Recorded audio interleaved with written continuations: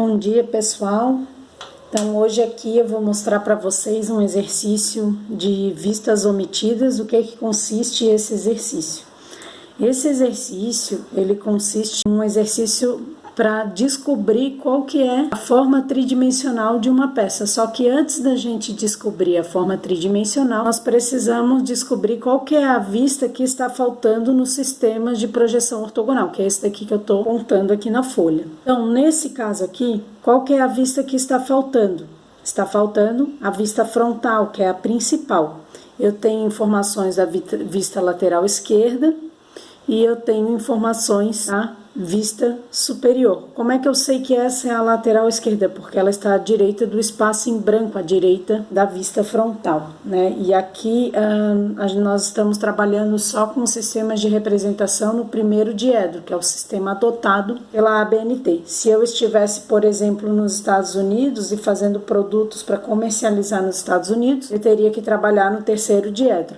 Portanto, a vista lateral esquerda estaria de fato à esquerda da peça e a vista superior acima da vista frontal. Existem duas formas da gente descobrir qual que é essa vista que está faltando na representação ortogonal e que vai fazer com que a gente consiga representar a peça completa do modelo. Eu posso tentar descobrir qual que é essa vista que está faltando através do transporte de pontos que eu tenho informados nas vistas que estão disponíveis, ou eu posso tentar montar a perspectiva da peça.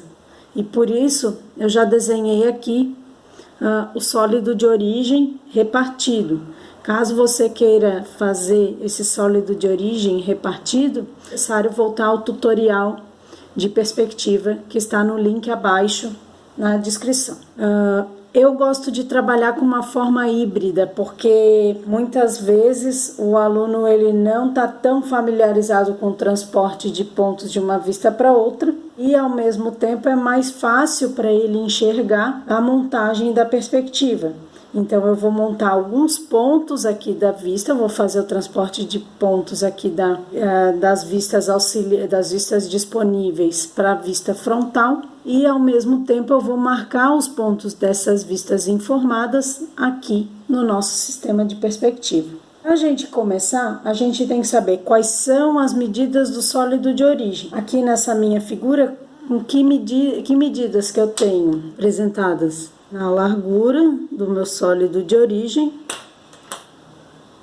na profundidade do meu sólido de origem e na altura do meu sólido de origem. Como é que eu obtive essas medidas aqui? Eu obtive a partir dos dados das vistas disponíveis. Nesse caso aqui, ó, o que eu fiz? Eu considerei como uma unidade de medida a medida da profundidade. Portanto, a minha profundidade vai ter uma unidade de medida. E quantas vezes essa medida se repete na altura? Então, eu vou medir aqui uma vez, duas vezes.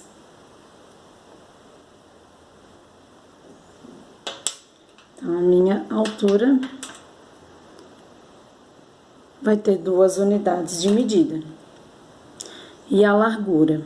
Então, eu tenho que verificar quantas pontas de lápis se repetem na largura. Uma, duas, três,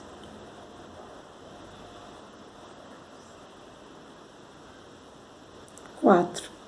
4 unidades de medida na largura. Portanto, eu tenho disponível as medidas principais do sólido que originou a minha peça. E eu vou transportar essas medidas aqui para a vista frontal. A vista frontal é quando eu enxergo a peça.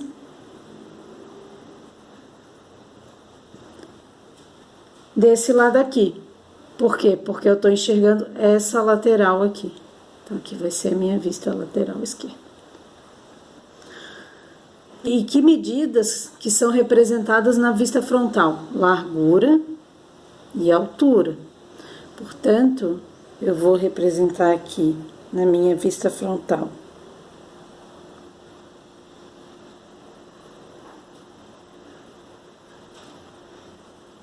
a largura da peça e eu vou extrair essa informação da minha vista superior. Porque na vista superior são representadas que medidas? Largura, profundidade.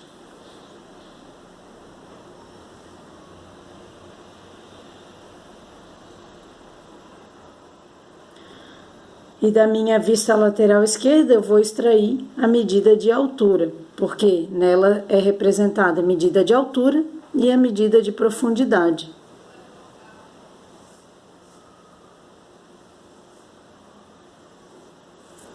Aqui pro destro é um pouquinho mais complicado, mas a gente tenta.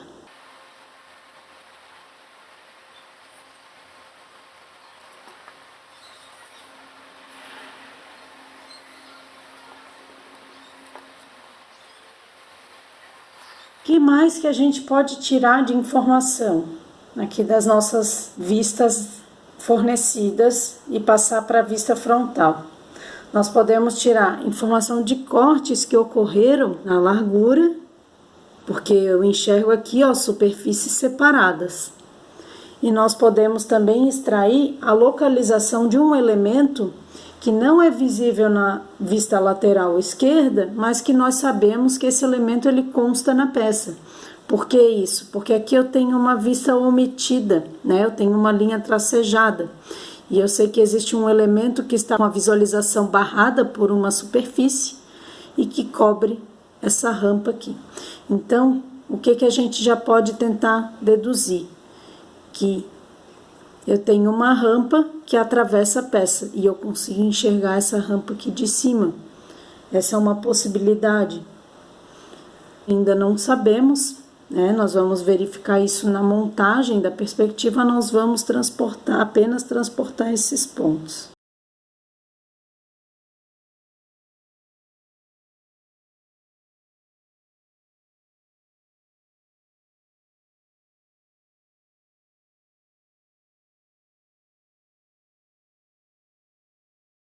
Por enquanto nós temos essa grade aqui. Eu vou fazer o seguinte, eu vou transportar algumas informações da vista superior e da vista lateral esquerda aqui para minha perspectiva, só para a gente tentar começar a montar a minha peça. Então aqui, ó, eu tenho uma superfície que está num nível diferente dessa superfície aqui. E essa daqui também está num nível diferente dessa. Mas não necessariamente está igual a essa, assim como não necessariamente está diferente a essa. Se essas superfícies aqui estivessem em níveis diferentes, o que eu teria que ter na vista lateral esquerda? Uma outra vista omitida num nível diferente. Por exemplo, essa vista aqui, a gente sabe que ela é a vista dessa coluna aqui, a gente sabe que ela é da altura do sólido de origem. Por que isso? Porque senão ela não sairia o contorno aqui. Ou ela sairia mais baixa e essa daqui mais alta. Então, teria uma linha visível aqui, se fosse o caso. Não é. Então, essa daqui a gente tem certeza de que é da altura do sólido de origem. Então, essa coluna aqui a gente vai ter que marcar ela inteirinha.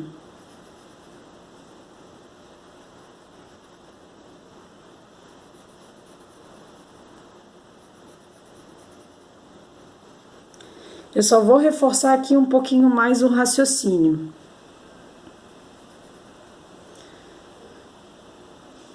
Aqui, ó, o que significa? Significa que para eu ter essa imagem aqui da vista lateral, essa coluna aqui da esquerda, ela é obrigada a ser a mais alta, porque se ela fosse mais baixa que essa coluna aqui da direita, o que teria que acontecer?